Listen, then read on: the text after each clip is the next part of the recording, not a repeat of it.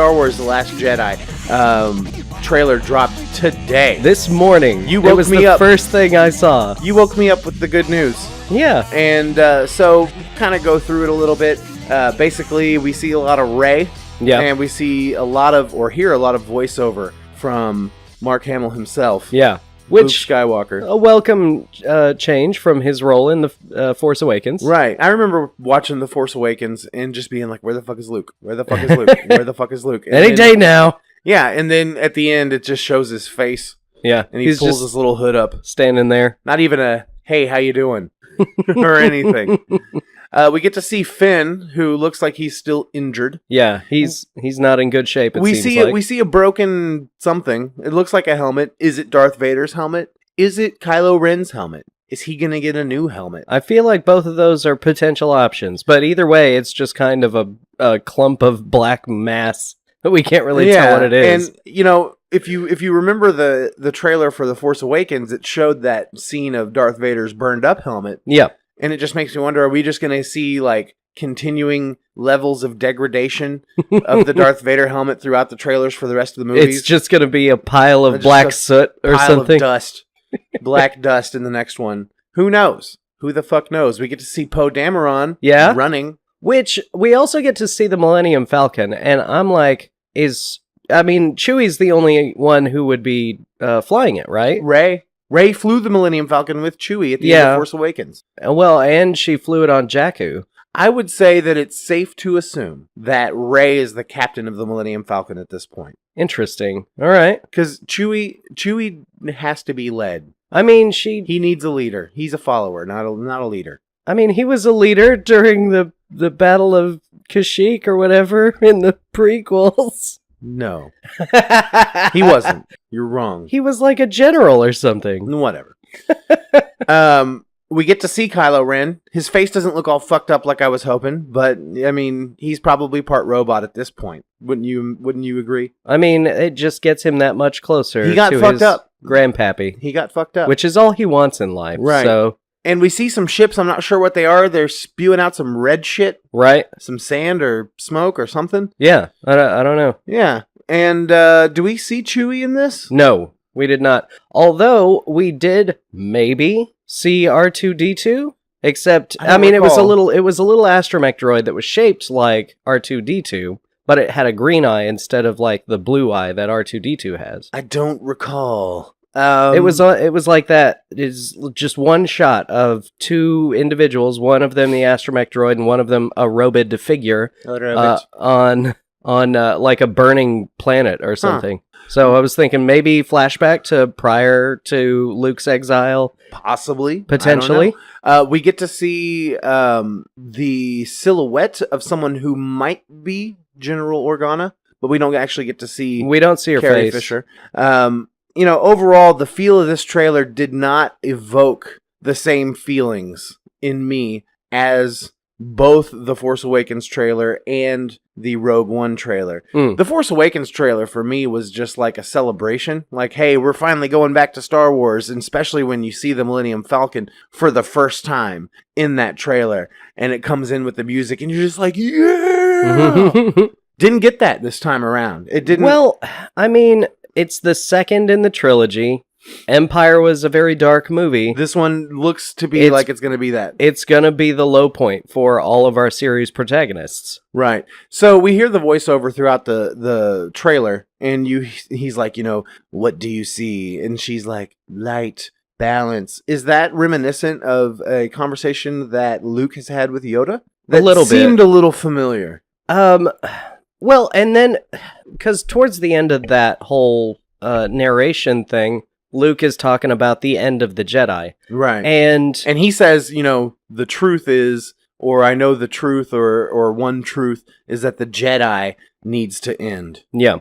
Maybe it's because the Force is so powerful and the dark side is so tempting. Kind of like how I spent 8 hours in the casino playing blackjack at the same table last night. The dark side is so tempting that to expose it, the Force at all to people is just a bad idea for the galaxy. Potentially. I've always seen it more as that neither total light side obedience nor total dark side obedience is the one true path of the Force. What about like the gray area Jedi? Yeah, Is the that gray a thing? Jedi. Yeah, it is. Cool. Their code is actually really interesting. I can't, I don't know it off the top of my head, but the Jedi have their motto, the Sith have theirs, and the gray Jedi have their own as well. They're just like, whatever. Yeah. And that's kind of an extended universe thing for the most part. But like in the EU books, Luke fell to the dark side, came back, and decided that, neither extreme is ideal. Mm-hmm. Yeah. So are you excited Yeah, for The Last Jedi? I am. And who is The Last Jedi? I mean, I'm going to assume it's Rey. And if she's the last Jedi and Luke Skywalker is a Jedi, do you think Luke Skywalker is going to die in this film? Probably not in this one. If anything, he'll do a Yoda and die 15 minutes into the third one. Do you think we'll see Ghost Leia, or Ghost Luke at some point? Probably. Like we had Alec Guinness and Hayden Christensen and Why'd you have to say that? Well, I can't remember the actor. Was it Ian McDermott or was that who played Palpatine? Who played the original Anakin? I mean, who was just kind of standing under the there? mask? Yeah, I can't remember his name. No, I have been no too idea. long. And they CGI'd him out of the movies anyways. Oh God, I hate that. And I hate replaced them with fucking Hayden Christensen. Let's talk about this for a second. We have a few minutes on this topic left. There is a version of the trilogy that fans have put together called the Despecialized Edition. You can download it through torrent sites, and basically they've taken as many sources of the original cuts, like the original film prints. Excuse me, the original film prints. I guess they released the original on Laserdisc back in the day. There was a DVD that came out that had the original, but it was like this really shitty version of it. It wasn't mastered or anything like that. And they cleaned everything up and painstakingly edited everything to where it's as close to the original trilogy cinematic release as you can get. I've downloaded them. I have watched them all. They're fantastic. Nice. But I think it would really behoove Disney to make those available, to actually get some people on that and, revive the original footage, clean it up, digitally remaster it, but don't change anything. Make it, the original. Yeah. The original trilogy. I mean, I have the Ridge Tridge. The Ridge Tridge. I haven't watched the original movies, the unspecialized ones in over 20 years because they released the special editions in 97 right. And I had them on VHS. So did I. And then I bought the DVD. Actually, I didn't buy the DVD. They were a gift from my girlfriend at the time for my birthday because they came out right around my birthday. And she got me the full screen edition. So I took it back and exchanged it for the widescreen. Right. I was like, what are you doing? I thought you knew me. We didn't stay together longer, much longer after that. It took me a long time to realize what the problem was with full screen editions. Well, you don't get to see the whole picture. Yeah. And people are like, but they think, like people think, well, at least back in the day, it's not an issue now because of flat screen TVs. Right. They don't make square TVs like they used to. You don't see that, this film has been modified from its original version and formatted to fit your TV. You don't see that anymore. No.